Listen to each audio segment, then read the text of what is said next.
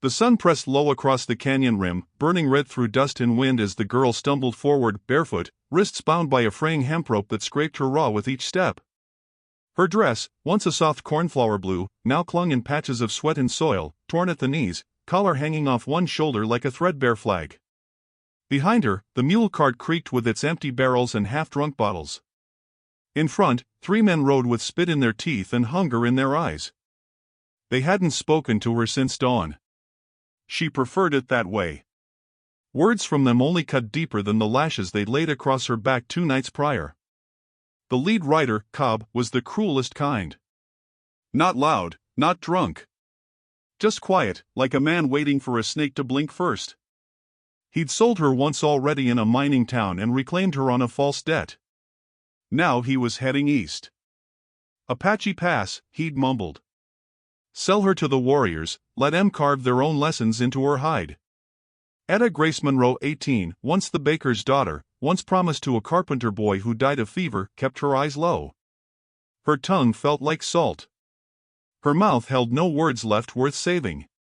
When the wagon finally rattled to a stop beneath a dead juniper tree, she sank to her knees in the dirt without needing command. The sun blared into her, soaking her limbs in heat that didn't cleanse but branded. A vulture turned slow above. Then the wind shifted. Hoofbeats. Not theirs. She heard it before the riders did, something sharper in the breeze, like the silence before rain. Then they came, 5 figures cresting the slope, emerging from the rocks with bows raised and feathers trembling. Apache. Painted for patrol. Their leader had no feathers, only long dark braids and a sharp jaw that never softened. Cobb's men turned to flee. Only one fired his gun, and it went wild into the air. Etta barely flinched. She'd stopped reacting to gunfire weeks ago. The riders vanished into scrub. The Apache did not chase. The man with the braids dismounted, walked toward her. His gaze wasn't like Cobb's. It wasn't like the preacher's back home either. It was steady, slow, and deep like a river that did not speak unless it wished to drown you. He stopped 5 feet away. She raised her head, dust on her cheekbone. His hand went to the knife at his hip. Not fast. Not threatening. But ritualistic. She knew what this was. She could feel the tribe's breath waiting behind him. And so she whispered, not loud, not proud, not dramatic. Just hollow and simple, please don't harm me. I'll bear you strong children. The wind paused. Even the vulture hung still. For a long moment, the knife did not lower.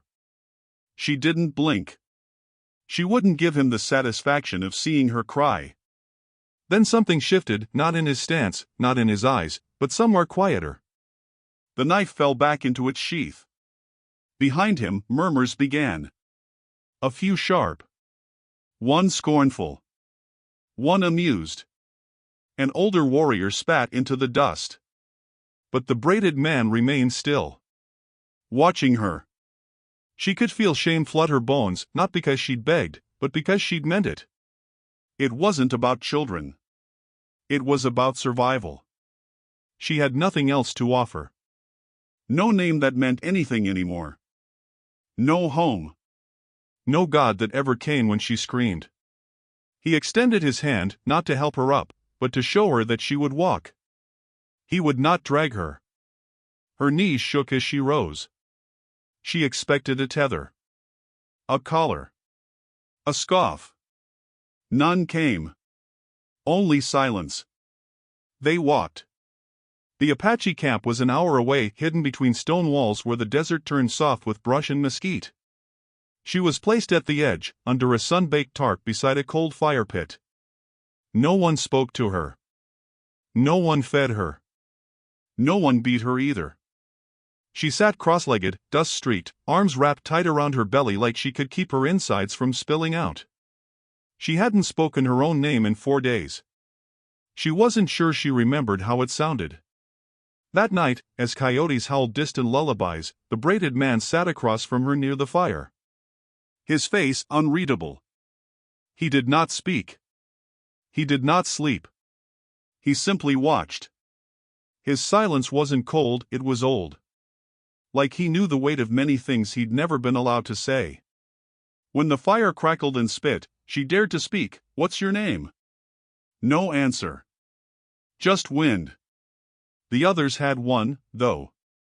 An elder with a crooked eye and a sun-scorched staff approached near dawn, spat at her feet, and said in broken English, "Tosanen? He spared you. That makes you his weight now." She didn't understand the language, but she understood shame when it took root. By the second morning, a young girl passed by with a water flask and dumped it just inches out of reach. Etta didn't crawl for it. She sat still. Dignity had to live somewhere. Maybe in silence. The third day, she woke to a slice of bread placed on a folded cloth.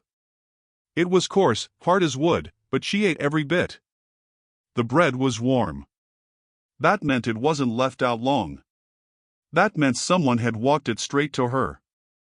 She looked up to see him again, Tosun. Still watching. Still silent. Still with those eyes that didn't leer, didn't flinch, didn't ask. She whispered again, not like the first time, but quieter now, "Thank you." He didn't nod. Didn't leave. Just blinked once. She closed her eyes to hold the warmth of that bread longer. When she opened them again, he was gone. But something remained. Later that night, as she washed her face in a shallow dish of cold water someone had set out for her, she saw the stars between the canyon walls. She thought of her mother, who'd braided her hair before Sunday service and told her to always speak gently, even when the world was cruel. Her mother had died birthing a boy who didn't breathe. Etta had never stopped blaming herself. She touched her hair. It was growing out now. Rough and awkward. But hers. Somewhere deep in the camp, drums pulsed once and stopped. She listened. Nothing more. Just quiet. A girl no one knew. A man who spoke with stillness. A tribe that watched her like she was a bird too starved to fly but too proud to die in the dirt. That night, as the fire burned down to amber threads, Red Otter passed behind her and muttered, not unkind but heavy, "You were saved. Now he carries your shame too." She didn't sleep after that. Not from fear. But from something else. The knowing that shame, when shared without scorn, begins to loosen. And mercy, when silent, can echo louder than any war drum. Something was beginning. Not love. Not safety. But the first crack of a wall that might one day fall. The morning sun crept over the jagged canyon walls, lighting the desert floor in dusty amber and drawing thin shadows beneath the brush. Etta woke before the camp stirred, curled on a woolen mat someone had rolled out near the ashes of last night's fire. Her ankles ached. Her shoulders were stiff.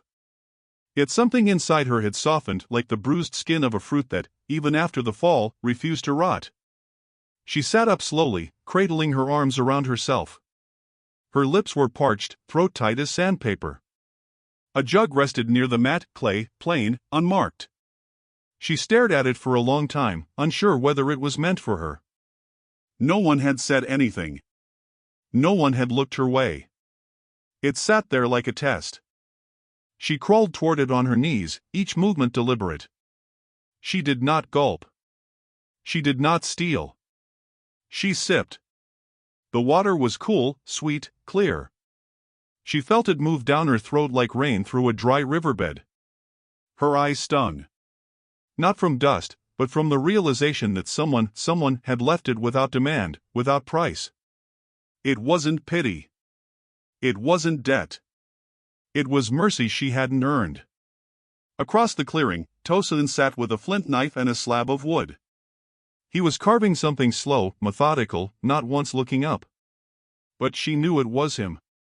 All around her, the camp awoke. Women lit fires, children chased smoke with laughter that didn't reach her, and men prepared bundles for a hunt. No one called her name. No one spoke it either. Maybe they didn't know it. Maybe they didn't want to.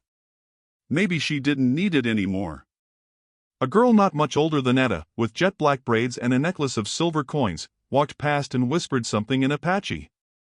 Etta didn't catch the words, but she caught the smirk, the raised brow, the glance toward her torn hem and tangled hair. Whatever it meant, it wasn't kind. The girl dropped a pebble at Etta's feet like a token of disgust. Later, two boys wandered close. One threw a small stick that landed near her leg. Another called out in English, rough and mispronounced, "Crow girl." She didn't move. Didn't flinch. If they wanted shame, she would deny them the satisfaction. A moment later, a voice cut through the air. Low. Firm. Toson. The boys froze. Then scattered like rabbits from a hawk's shadow. Etta dared to glance toward him. He said nothing else. But the knife was gone from his hand, and the carving lay still. She watched the sky above the canyon and wondered how long this silence could stretch before something inside her cracked. Not the silence around her, but the one within. That afternoon, the heat pressed hard. She sat in the shade of a rock, too tired to braid her hair, too stubborn to let it hang like weeds. Her thoughts wandered. To Cobb's spit-laced laughter. To the townsfolk who turned their backs. To the preacher's wife who once gave her a pie, then told the sheriff she was no longer welcome in town. Etta closed her eyes and remembered her mother's song, one she sang while mending blankets. A tune about rivers that swallowed sorrow. Her throat trembled. Soft footsteps approached. She opened her eyes. Tosin stood before her, holding something in his hand. A round, coarse biscuit, still warm from the fire. He offered it wordlessly. She took it without hesitation, not because she expected more, but because this was enough. Bread that wasn't stolen. Bread that wasn't forced. She tore a piece and placed it in her mouth. It tasted of ash and grain and something strangely sacred. "I didn't ask," she said softly. "You didn't need to," he answered. It was the first full sentence he'd given her. She looked up at him, then really looked. His face was lined not with age, but with decisions. His skin sun-darkened. His eyes brown, yes, but not dull. They held storms. Quiet ones. Dangerous ones. "You're not like them," she said. "No," he agreed. Then, as if explaining something far too obvious, "But I was." He sat beside her on the rock, careful not to crowd. For a while, neither spoke. She finished the bread. He watched the wind tug at dry leaves. She asked, after a long pause, "Why did you stop the others?" "That day?" His jaw shifted, a flicker of something old and painful. "They wanted death," he said. "You gave them life instead." She blinked. "You mean, what I said?" He nodded. "I didn't mean it the way they think." "I wasn't offering," she trailed off, shame heating her face. "I just wanted to live." "I know," he said. Those two words held more kindness than any sermon she'd ever heard. She looked away before her eyes betrayed her. Far off, a hawk cried above the cliff, cutting the sky with its wings. Around them, the camp moved on to chatter, drums, the beat of daily things. But here, in this still circle of dust and silence, something changed. Later that evening, as the sun dipped low and gold swallowed the red cliffs, an elder with clouded eyes stood near the main fire and spoke of a dream. Etta didn't understand the words, but the tone silenced the camp. A murmur passed through the people like a ripple in still water. She heard her name whispered. Or maybe not her name, but something in its place. Tosin stood by the elder's side. When the dream was told, he glanced once in her direction. Red Otter, face hard as weathered stone, spoke next. The words were sharp. A judgment. A warning. He pointed toward her with a crooked hand. She could not understand, but her bones did. Afterward, the people withdrew into their tents and circles. She sat by her own fire, alone, and drew her knees to her chest. A girl brought her a small clay bowl of stew. Didn't say a word. Just placed it down and walked away. She ate slowly, savoring the warmth. When she set the bowl aside, she saw something beside her mat. A feather. Tucked gently where her head would rest. Pale brown, tipped in white. Not left by wind. Placed. She held it in trembling fingers. Not a promise. Not a gift. Not yet forgiveness. But a gesture. A thread across the silence.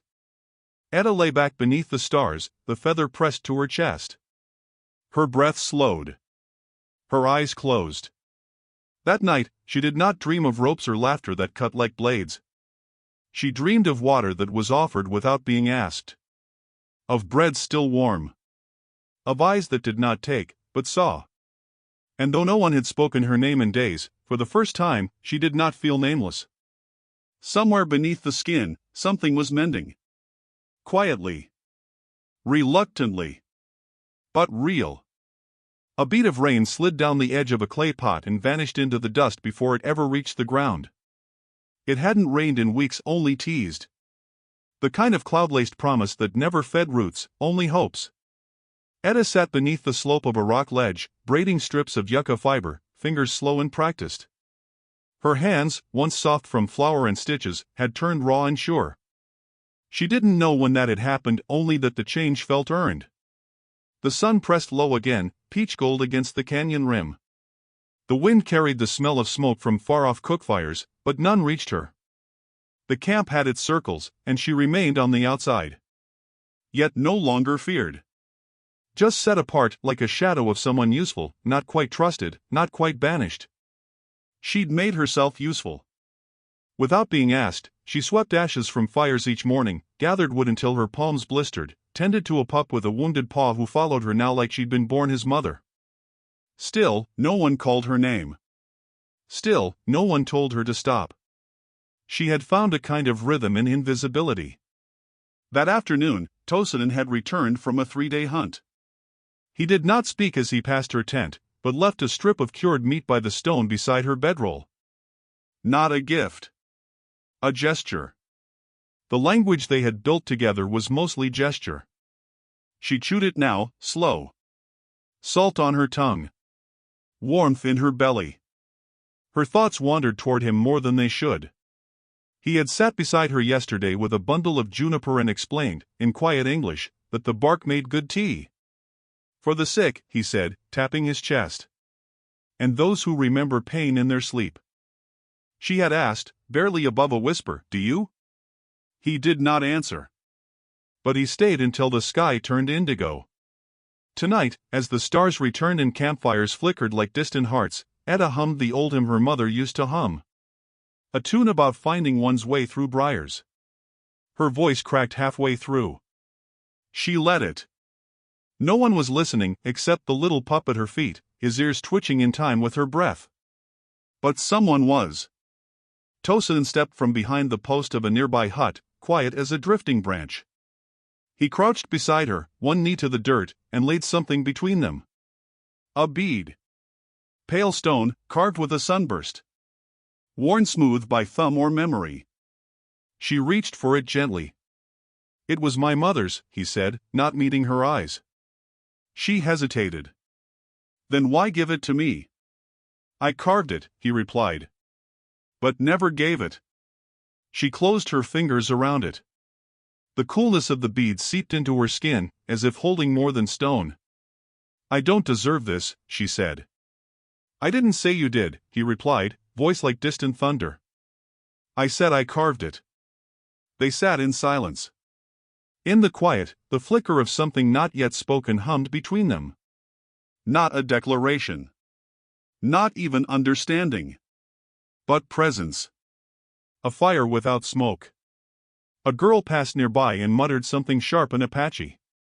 Etta didn't flinch. But she noticed Tosanen's jaw tighten. "They say I shame you," she said, forcing herself to look at him. "That I bring disease. Weakness." "They are wrong," he replied, steady. "They see a mirror. And they do not like the face inside." She lowered her gaze. "And what do you see?" He reached out, slow enough to give her the space to pull away, but she didn't. His fingers brushed her temple, tucking a loose strand of hair behind her ear. His hands smelled of cedar and worn leather. "I see someone still breathing," he said. For a long while, she stared into the firelight, feeling her skin burn with something that wasn't fear. Something softer. Less safe. I don't know how to belong anywhere anymore, she whispered. You're not supposed to, he answered. You're supposed to survive first. Belonging comes after. Footsteps approached. Red Otter stood at the edge of the firelight, his gaze sharp, arms folded across his chest. The lines on his face looked carved by war and by wind. He said something to Tosin in Apache. The tone was clipped. Angry. Tosin rose. They spoke low and fast, too fast for Etta to follow. But she caught the rhythm. She caught her name. Not spoken, but implied. A glance in her direction. A curling of the lip. Red Otter pointed toward the canyon edge. Then at her. Then back at Tosin. Tosin's voice rose once calm but unbending. Red Otter turned away with a grunt and spat in the dust. When Tosin sat again, his jaw was tight. What did he say? She asked. That you bring division, he said. And you? I told him wind brings change whether we want it or not. Etta looked away. He's right, though. I don't belong here. I'm not one of you. Tosin shook his head. Neither am I. He stood then, but not to leave. He extended a hand, not to lead her anywhere, but to rise beside him. She took it. Together they walked through the dim camp, past tents, past watchers. Eyes followed, but no words came. Only the crackle of firewood and the low howl of coyotes in the far hills. They stopped at a cedar tree that grew stubbornly from the canyon wall. Beneath it, the air smelled like rain that never came. He picked up a stone and handed it to her. Flat, smooth, the size of a palm. Mark it, he said. With what? Whatever you carry. She knelt, found a thorn, scratched a crooked sun and a small river beneath it. She didn't know why. When she handed it back, he smiled, not wide, but full of something real. He placed it at the tree's base. We leave signs for those behind, he said. That night, as she lay in her mat with the stone bead clutched in her palm, Etta thought about roots. How they clung to soil not because it welcomed them, but because they had no other choice. She wasn't loved here. Not yet. Maybe not ever. But she was beginning to be seen. And even a fire without smoke, if it stays long enough, can warm a heart that thought it would never be touched again. The wind changed that morning, came in from the east, brittle and sharp, curling down the canyon walls like it carried old voices in its teeth. Etta felt it before she heard the hooves. Her fingers froze over the wash basin as dust lifted off the earth like a warning. Her breath caught. Then came the sound, riders. Not Apache. The first gunshot cracked through the still air, not aimed but declarative, like a hammer striking a church bell. The camp erupted. Children cried. Women grabbed spears. Men rushed to the edges of the clearing, bows drawn, knives unsheathed. Etta stood rooted. Tosin was already running past her, voice low and commanding, his braid trailing like a war ribbon behind him. She wanted to run after him. She didn't. Instead, she turned to the small pup cowering near the fire pit and swept him into her arms.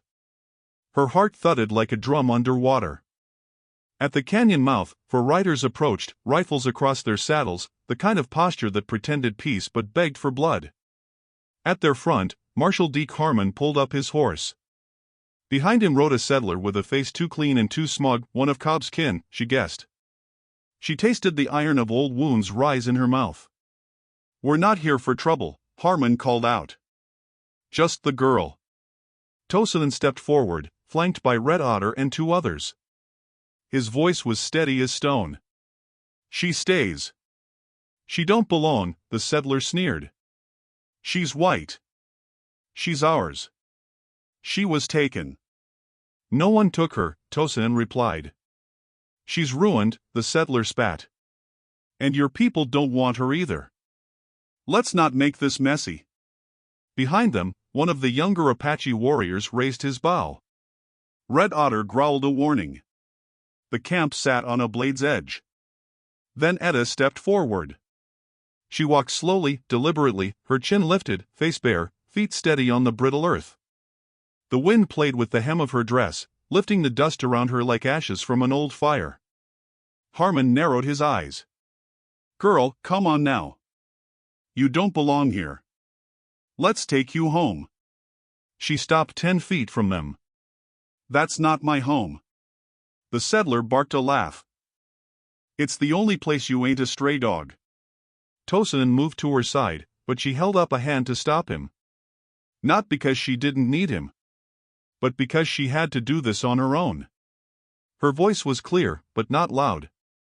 "You didn't come for me. You came for the story. So you can say I was rescued.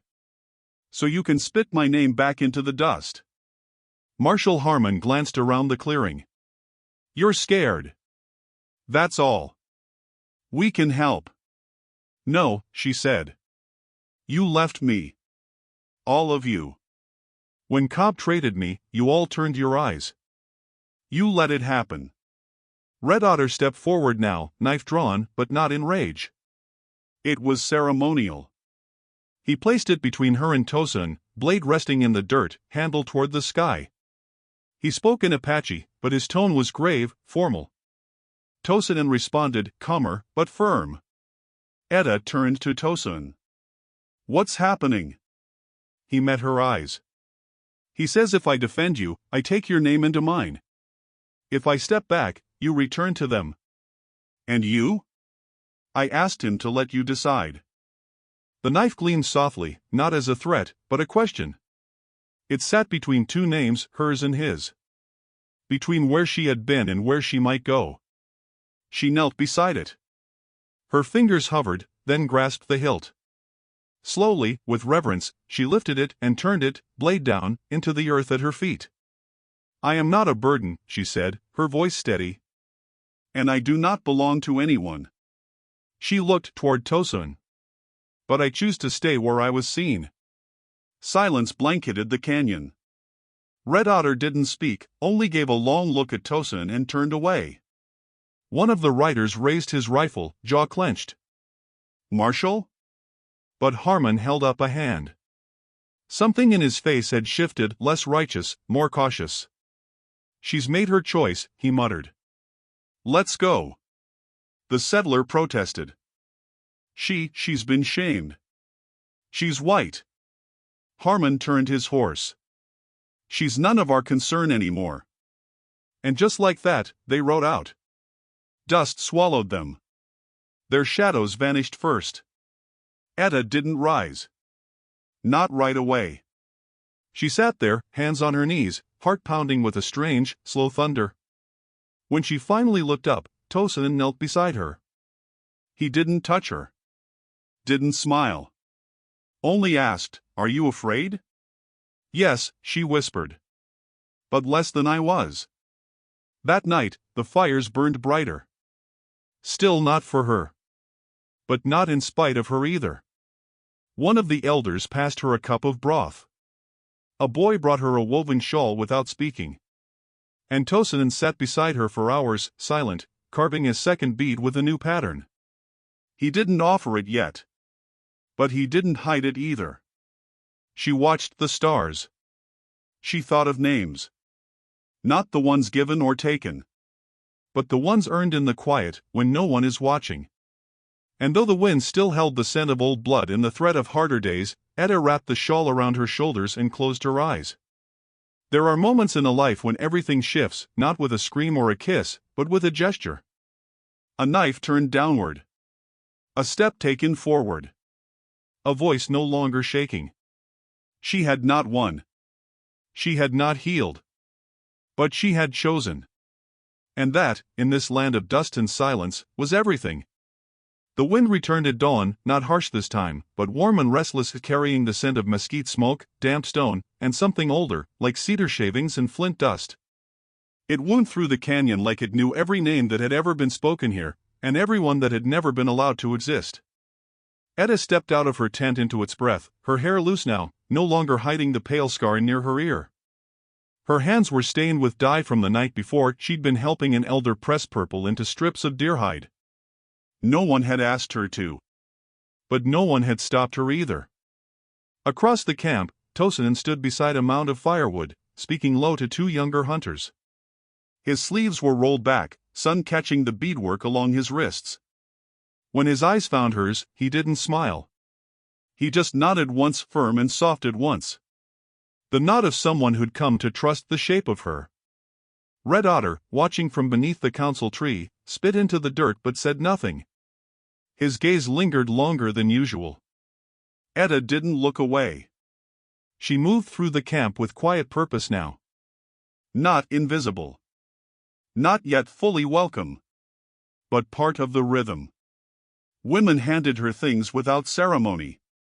A boy asked her to tie his braid tighter. Someone laughed when she slipped carrying a gourd and didn't laugh at her, just with her.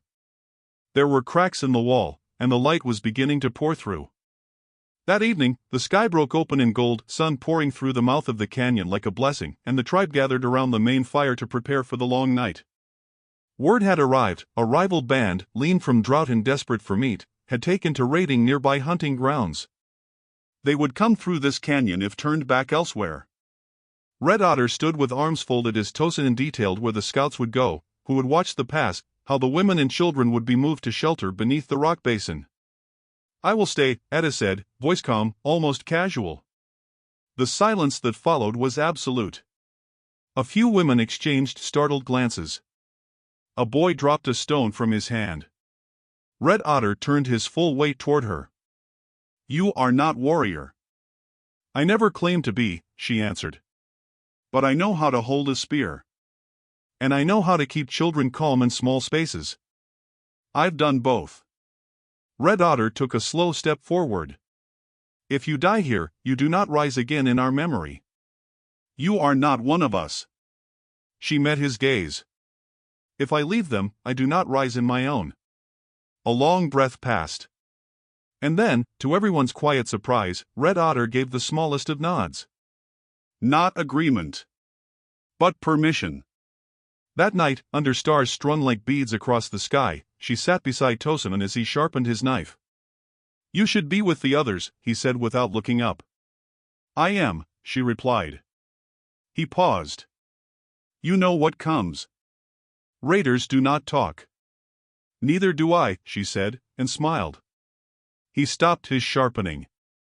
Are you ready to die for this? No, she said. But I'm ready to live like I belong. Before dawn, the first arrow struck a post near the edge of camp. Then came the war cries, raw, high, desperate. Tosin was already moving, his knife sheathed, his bow in hand. Others followed. Drums pounded. Dogs barked. Fires flared into life. Etta didn't watch the battle. She led 6 children and 2 elders into the basin beneath the rocks, her arms full of dried meat and blankets. When one child began to sob, she sang to him, low and off-key, the same river song her mother once sang. Outside, the clash of men echoed across stone grunts, cries, the hard rhythm of bodies in earth. She kept the children close. When one tried to crawl back out, she held him and whispered, the wind knows where we are. It'll carry them home. The fighting didn't last long. It never did when desperation met preparation. But it was bloody. When it ended, the silence came too fast, too loud. She stepped out into a dawn streaked with smoke and the bitter copper smell of wounded pride. 2 Apache men lay on blankets, groaning but alive.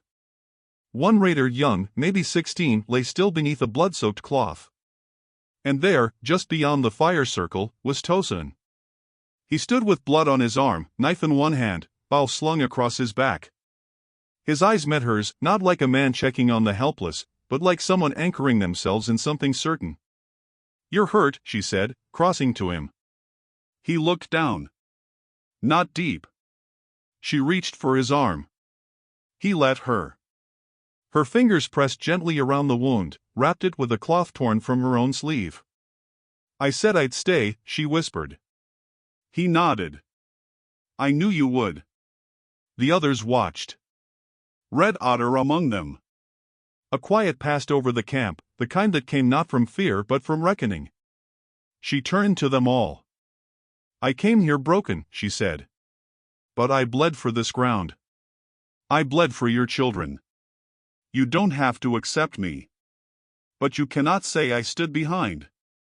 The wind swept her words across the canyon. Red Otter took a long breath, then bent, scooped a handful of ash from the fire, and marked her forehead with it.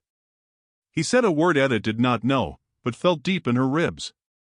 Later, when the sun had risen high and smoke had cleared, Tosin stood beside her at the edge of the camp.